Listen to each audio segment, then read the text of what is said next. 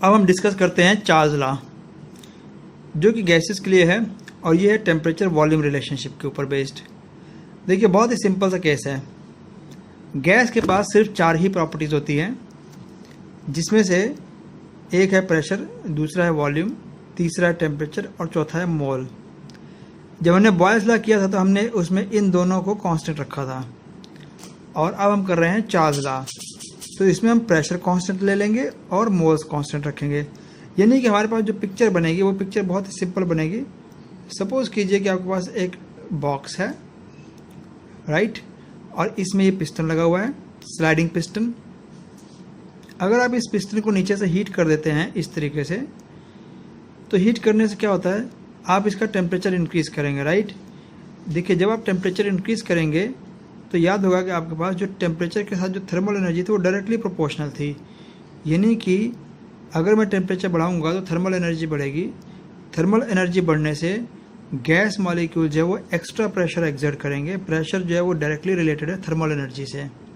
Pressure is basically number of bombardments per unit area per unit time. तो इसलिए जो pressure है वो बढ़ जाएगा। अगर प्रेशर बढ़ेगा, देखिए अंदर प्रेशर बढ़ जाएगा, तो अंदर प्रेशर बढ़ेगा यानी कि पी आई की वैल्यू आपके पास ज़्यादा हो जाएगी as compare to P E के एक्सटर्नल प्रेशर से।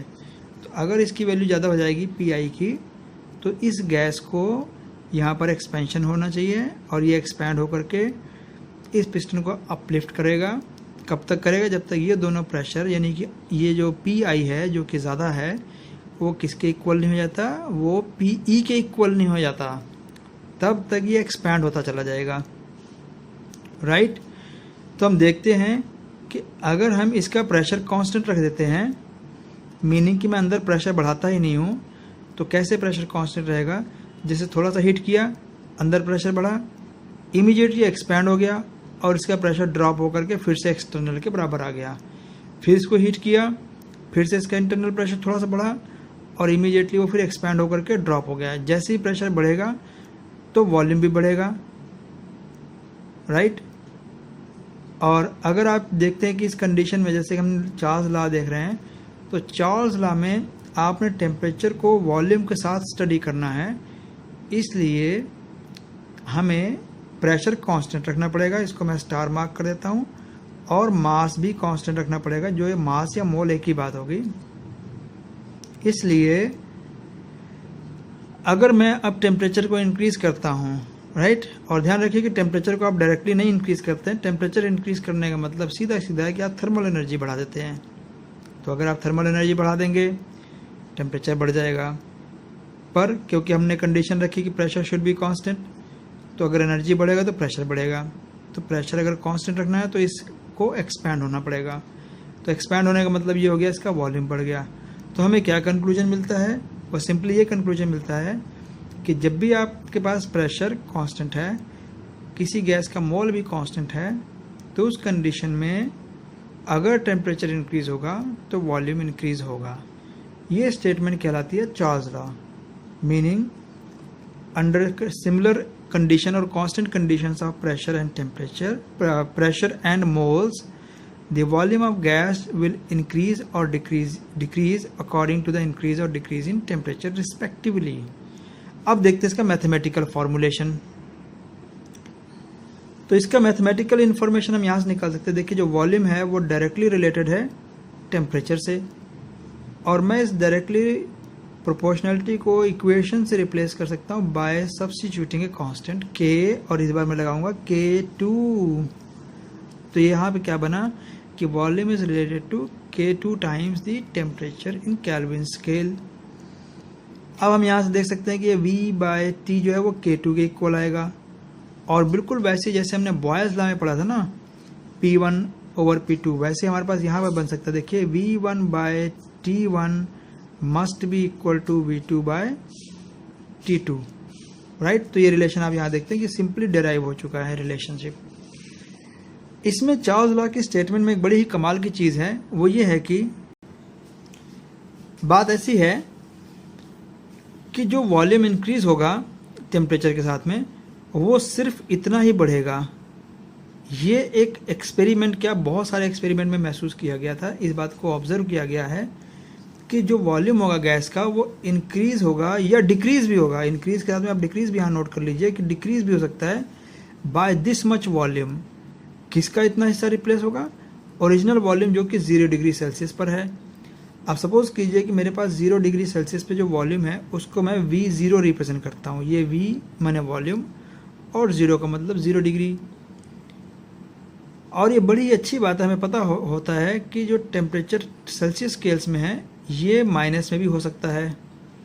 तो इसलिए जितना वॉल्यूम 0 डिग्री पर है उस वॉल्यूम का इतने टाइम्स इंक्रीज होगा या डिक्रीज होगा अगर आपके पास टेम्परेचर पॉजिटिव है या नेगेटिव है तो। पर इस बात को हम सिर्फ अप्लाई करेंगे केल्विन स्केल के लिए नहीं, बल्कि सिर्फ और सिर्फ सेल्सियस स्केल के लिए। केल्विन स्केल के लिए डेरिवेशन मैंने यहाँ पे करवा दी है, ये अभी आपके सामने करवाई हुई है। तो अब सेल्सियस स्केल के लिए हमारे पास डेरिवेशन है ये, तो वो रिलेशनशिप बड़ा ही सिंपल देखिए। छोटा t degree Celsius, small t हमेशा ही, यहाँ पे मैं इसको नोट कर लेता हूँ कि जो स्मॉल t होगा वो हमेशा डिग्री सेल्सियस होगा और जो कैपिटल T होगा वो हमारे लिए हमेशा केल्विन रिप्रेजेंट करेगा। तो इसलिए यहाँ पे ये सोचने वाली बात नहीं है, कोई कन्फ्यूजन नहीं है कि ये केल्विन है कि सेल्सियस है। Small t means Celsius, capital T means kelvin. तो V volume at T degree Celsius पर कितना होगा? जितना 0 डिग्री पर था, प्लस एंड माइनस भी यहाँ लगा लीजिए, प्लस एंड माइनस भी, जितना T डिग्री सेल्सियस पर होगा, यानी कि उसी 0 डिग्री का 273 हिस्सा। देखिए V0 divide by T 273 times the temperature, right. इसको हम ऐसे ले सकते हैं कि V0 का 273 हिस्से को मल्टीप्लाई किया गया है टेम्परेचर से, यानी कि हर एक, ओके ध्यान से समझिए, हर 1 डिग्री टेम्परेचर राइज या फॉल होने पर सिर्फ इतना हिस्सा बढ़ेगा, 1 डिग्री पर इतना बढ़ेगा और 1 ही डिग्री पर इतना गिरेगा अगर टेम्परेचर माइनस में जाएगा तो। अब सपोज कीजिए 15 डिग्री से 16 डिग्री पे गए तो इतना ही बढ़ जाएगा, अगर आप 16 से 15 पे जाएंगे तो इतना ही घटेगा, राइट। लेकिन हमने इसको ध्यान रखना है कि ये बात माइनस के लिए है। तो अब सपोज कीजिए कि मेरे पास ये इक्वेशन ऐसे बन गई है, मैं इन दोनों इक्वेशन में से V0 को कॉमन आउट कर लूँगा, यहाँ से कॉमन आ जाएगा और ये आपके पास ये बनेगा 1 plus minus T by 273.15, right. इसमें हम पॉजिटिव लेके चलते हैं और हमारे पास जो नया रिलेशनशिप आता है वो ये है, VT equal to V0 273.15 plus T over 273.15। अच्छा ये देखिए कि क्योंकि ये डिग्री सेल्सियस में था टेम्परेचर, तो हमें पता है कि degree Celsius plus 273 that makes a kelvin scale temperature capital T।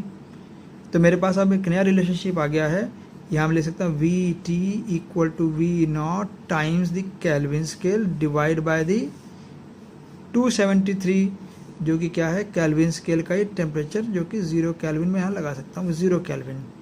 और यही रिलेशनशिप हमने अभी ड्राइव किया हुआ है। अब एक बड़ी कमाल की चीज़ देखिए, केल्विन स्केल जो है वो एब्सोल्यूट स्केल कहा जाता है। अब एब्सोल्यूट का मतलब ये होता है जिसे आप कहीं से भी डिराइव नहीं करते, जो किसी और पे डिपेंडेंट नहीं होता है। और बाकी सभी स्केल जो हैं वो इसी से निकले हैं, चाहे वो सेल्सियस स्केल हो, चाहे फ़ारेनहाइट हो या र्यूमर हो या कोई और नया स्केल बनता है, तो सारे स्केल इससे बनते हैं। क्योंकि ये मेन स्केल है केल्विन और इसी से सभी की मेजरमेंट मिली है, तो बाकी सभी स्केल के साथ में हम डिग्रीज लगाते हैं, degree Celsius, degree Fahrenheit, degree rumour. Kelvin के साथ में डिग्री नहीं लगाई जाती क्योंकि केल्विन से ही सभी को मेजर किया गया, मेजर करने के लिए हम लगाते हैं डिग्री, राइट। सो इसलिए केल्विन के ऊपर डिग्री नहीं आती। ये कोई एक्सेप्शनल केस नहीं है, बड़ा ही सिंपल सा केस है कि केल्विन आपके पास एक एब्सोल्यूट स्केल है which has not been derived from anywhere else. अब हम थोड़ा सा मैथमेटिक्स करते हैं इसकी।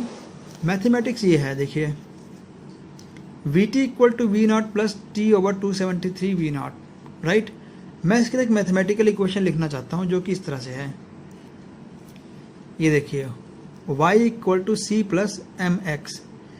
इस ग्राफ को अगर हम इस इक्वेशन को इससे मैच करेंगे तो हमें ग्राफ समझ सकते हैं। VT जो है y एक्सिस है, V0 जो है वो एक कांस्टेंट है C।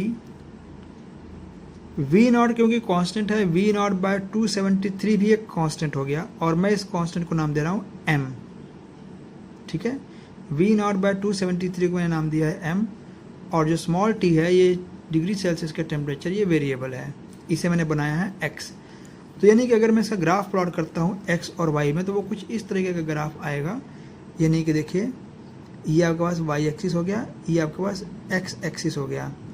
तो ये ग्राफ आपके पास कुछ ऐसा बनना चाहिए, यहाँ से ऐसे कट होकर के, जिसमें से देखिए y का मतलब ये हो गया कि y जो है 2 नंबर का जोड़ है। तो जो ये वाला चीज़ है, इतना पीस है, इसको मैं नाम दे रहा हूँ कि c है, और यहाँ तक का जो पीस है, यहाँ से लेकर यहाँ तक का पीस, ये कहलाता है mx, जितना स्लोप है टाइम्स x। तो इस तरीके से मेरे पास जो y एक्सिस है वो यहाँ तक आ जाता है, यानी कि c प्लस ये सारा पार्ट क्या कहलाता है, mx पार्ट। ओके, तो c प्लस mx। अब हम इस चीज़ को अप्लाई करते हैं इस ग्राफ के ऊपर। देखिए y equals to mx plus c, right, जिसमें से ये पार्ट हमारे पास हो गया c, ये पार्ट इतना सारा हो गया हमारे पास m, और ये हो गया x। अब ये जो ग्राफ हमारे पास देखिए प्लॉट किया गया वो है वॉल्यूम में, यानी कि y में, और x साइड पर क्या है हमारे पास, ये देखिए टेम्परेचर किस में, सेल्सियस स्केल में, यानी कि स्मॉल टी में। ओके, तो ये ग्राफ आ गया।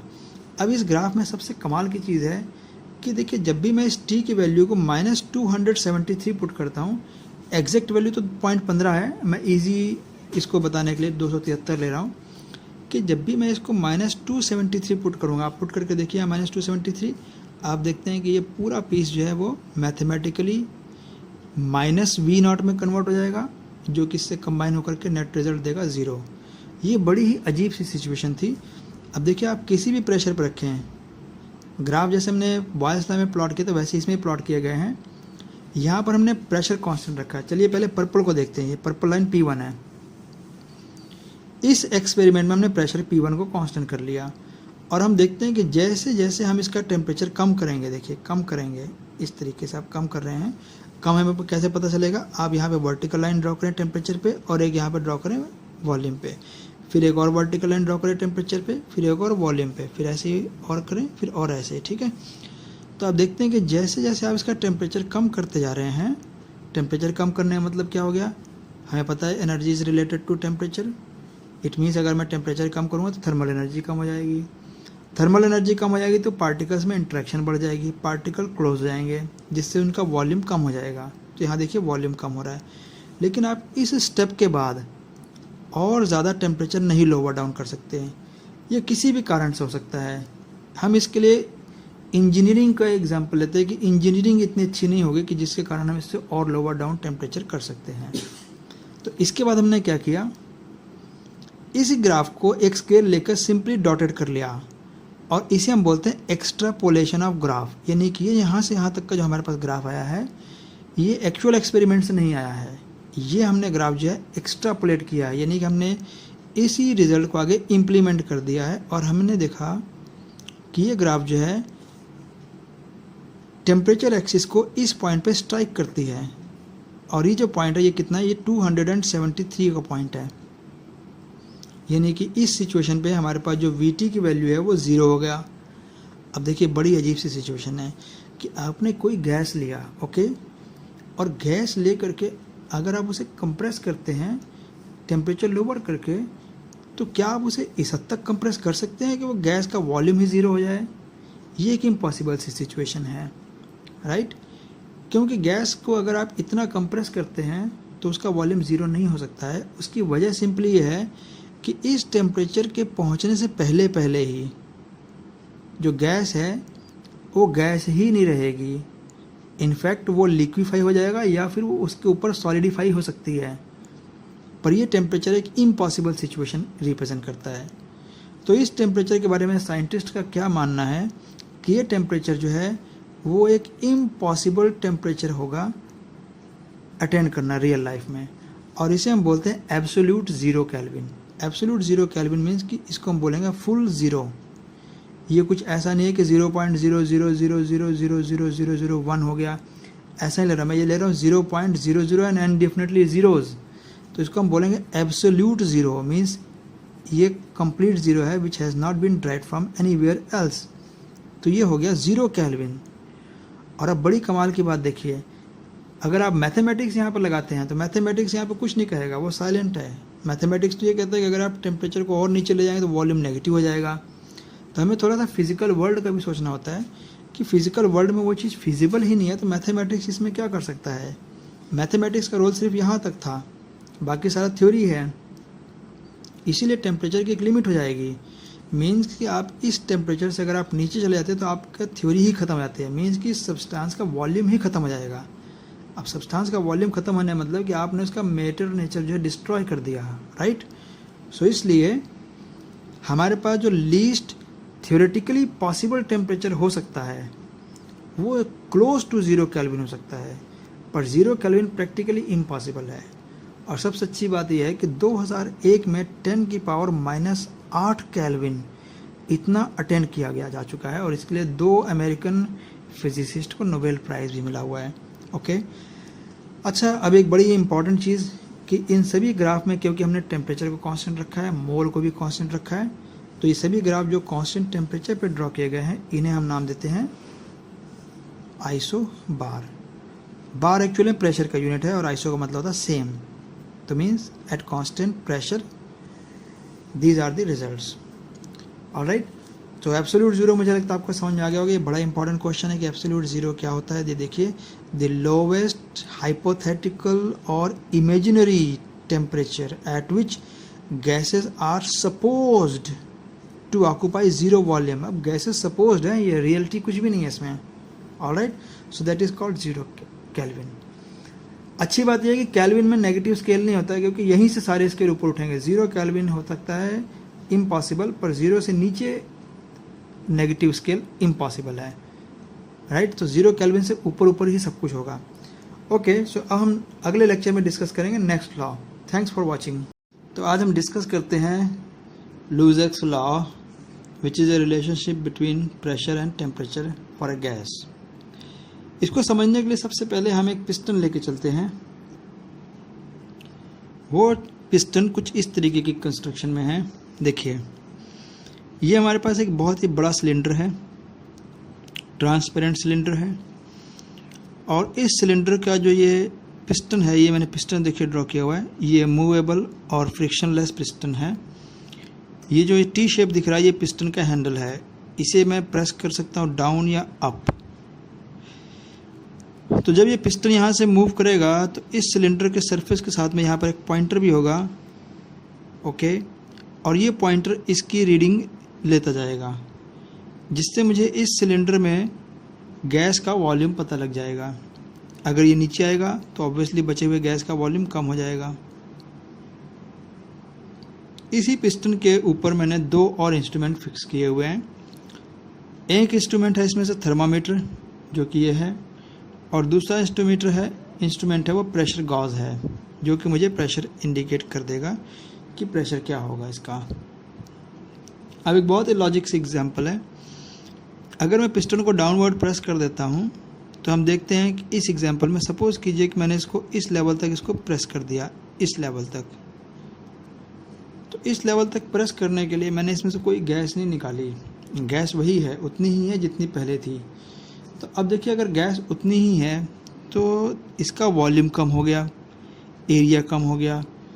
अगर वॉल्यूम कम हो गया, एरिया कम हो गया, और लेकिन गैस उतनी ही है, तो गैस के लिए तो इसमें नंबर ऑफ़ बम्बार्डमेंट्स बढ़ जाते हैं, नंबर ऑफ़ हिट्स इसके बढ़ जाएंगे सरफेसेस पे, और इसके हिट्स बढ़ने के कारण इसका जो प्रेशर है वो बढ़ जाएगा।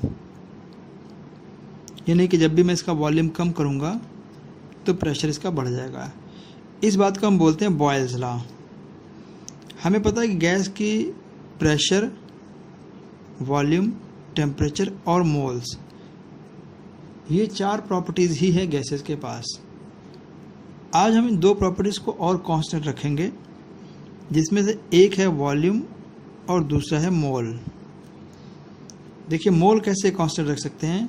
सिंपल है, गैस को लीक मत होने दीजिए, ना गैस अंदर आएगी ना गैस बाहर जाएगी, तो नंबर ऑफ मोल्स कांस्टेंट रहेंगे। और दूसरा वॉल्यूम फिक्स रखने का। वॉल्यूम कैसे फिक्स रख सकते हैं, उसके लिए मैं यहाँ से एक ऐसे लॉक लगा दूंगा, कील टाइप का ये लॉक ऐसे, जिसके कारण ये पिस्टन ऊपर नहीं जा सकता। और सिमिलरली एक ऐसा ही लॉक मैं नीचे साइड भी लगा दूंगा, जिससे ये पिस्टन नीचे भी नहीं जा सकता। अब देखिए, फंस गया पिस्टन। अब क्या होगा, मुझे मालूम है ये बात कि अगर गैसेज इसके सरफेस को हीट करेंगे तो उससे प्रेशर कहते हैं। जितना ज़्यादा हीट होगा, मतलब नंबर ऑफ हीट्स पर यूनिट एरिया और साथ में पर यूनिट टाइम, अगर ज़्यादा हीट्स हैं पर unit area per unit time तो प्रेशर बढ़ जाएगा। और हमें पता है कि हीट्स के लिए काइनेटिक एनर्जी चाहिए, और ये बात भी बहुत क्लियर है कि kinetic energy is proportional to temperature. तो अगर मैं टेम्परेचर को राइज करूँगा, राइट, दैट मीन्स कि मुझे एनर्जी देनी है। एनर्जी कैसे सप्लाई करेंगे, इसको हीट कर लीजिए, राइट। तो जैसे आप इसे हीट अप करेंगे तो अंदर के जो गैसेस हैं वो थर्मल एनर्जी गेन करेंगे।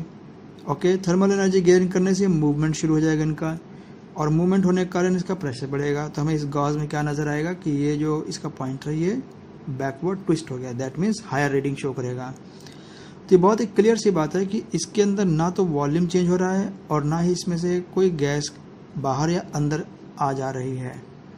इसलिए ये बहुत ही सिंपल लॉजिक बैठ जाता है कि अगर मैं टेम्परेचर इंक्रीज़ करूँगा तो ऑब्वियसली गैस का प्रेशर भी इंक्रीज़ हो जाएगा, पर अगर ये दोनों कांस्टेंट रहेंगे तो इस सिंपल से लॉ को हम बोलते हैं लूजेक्स लॉ, राइट। तो क्या बोलेंगे, लूजेक्स लॉ। तो इसकी स्टेटमेंट क्या है, at constant volume the pressure, okay, pressure of देखिए फिक्स्ड अमाउंट, फिक्स्ड अमाउंट का मतलब हो गया मोल कांस्टेंट, ठीक है, varies directly with the temperature. तो हमारे पास देखिए दो चीज़ें कांस्टेंट है, एक तो है कांस्टेंट वॉल्यूम, ओके, और दूसरा फिक्स्ड अमाउंट ऑफ गैस यानी कि मोल। अगर ये दो चीज़ें कांस्टेंट होगी तो जो प्रेशर होगा वो डायरेक्टली वेरी करेगा विद टेम्परेचर। ऐसे ही हमने डायरेक्ट वेरिएशन का एक और भी लॉ पढ़ा था पहले, जिसको हम बोलते हैं चार्ल्स लॉ, राइट। तो यहाँ पे दे रखा है कि this relationship can also be drive from Boyle and Charles law. मैंने इसका एक्सप्लेनेशन में देखिए यूज़ भी इस बात को ऐसे किया हुआ है। तो अब देखिए इसमें हमने क्योंकि वॉल्यूम कांस्टेंट रखा है तो इसकी जब हम ग्राफ्स ड्रॉ करेंगे तो इन ग्राफ्स के लिए हमारे पास एक स्पेशल नाम है isochore. Iso means same and core means volume. और देखिए इसको ग्राफ भी ड्रॉ किया हुआ है, ये आइसोकोरिक ग्राफ ड्रॉ किया हुआ है। तो हमने वर्टिकल एक्सिस पे प्रेशर लिया हुआ है और यहाँ पर हॉरिजॉन्टल एक्सिस पे ले रखा है टेम्परेचर। अब करना कैसे है, देखिए सबसे पहले हम इसमें से पर्पल लाइन चूज़ करते हैं, V1 volume, first volume is V1। ये बहुत एक क्लैरिफाइड है कि V1 सिचुएशन पे देखिए जैसे ही हम इसको बैकवर्ड लेके चलते हैं, बैकवर्ड हम स्टडी कर रहे हैं इसको, कि सपोज़ इस कंडीशन पे इसका टेम्परेचर कुछ 300 के क्लोज है, तो जैसे ही मैं इसको इस कंडीशन में जब इसका टेम्परेचर देखता हूँ कि 300 के क्लोज है, तो इस कंडीशन में इसका प्रेशर कैसे देखेंगे, इधर वर्टिकल ड्रॉ कर लेंगे।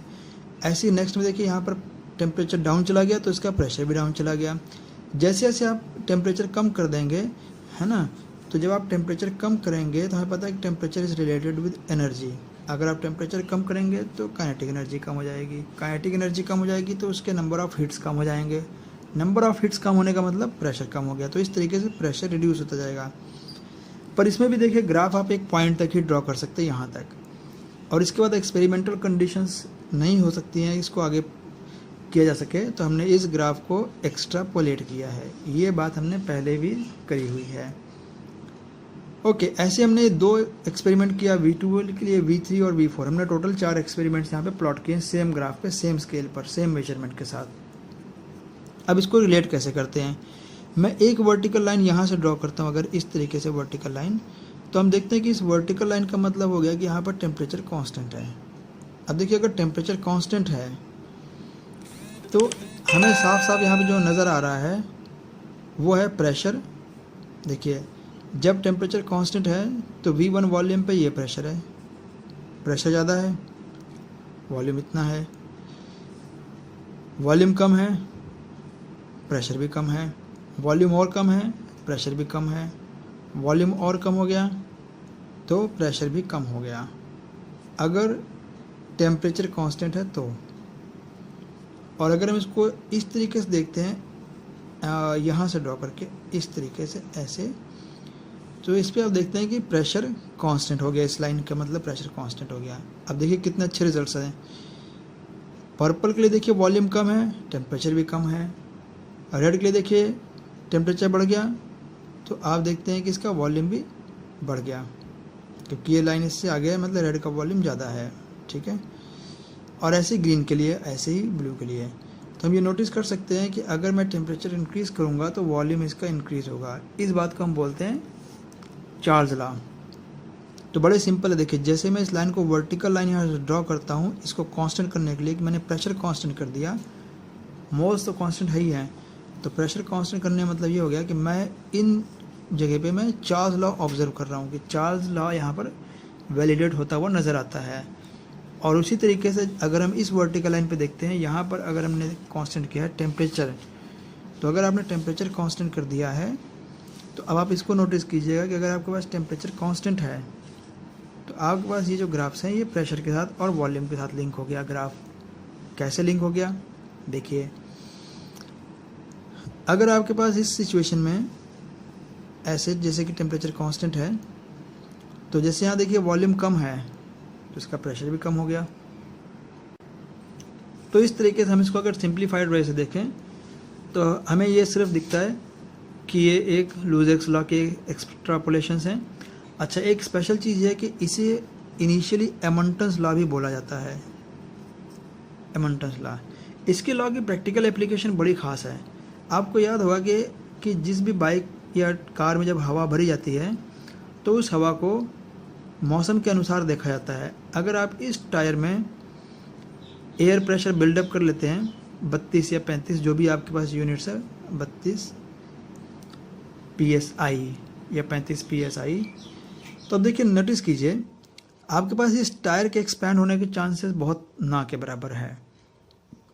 लेकिन जब रोड पे ये टायर रोल होता है तो उस केस में इसका टेम्परेचर बढ़ जाता है, और टेम्परेचर बढ़ने के कारण क्या होगा, इसके अंदर का प्रेशर बढ़ जाएगा, और प्रेशर बढ़ने से क्या होता है, टायर के बर्स्ट होने के चांसेस भी बढ़ जाते हैं। इसीलिए हमें गर्मियों में प्रेशर कम रखना चाहिए और सर्दियों में प्रेशर थोड़ा सा ज़्यादा रखना चाहिए। तो ये एमंटन्स लॉ की एक प्रैक्टिकल एप्लीकेशन है।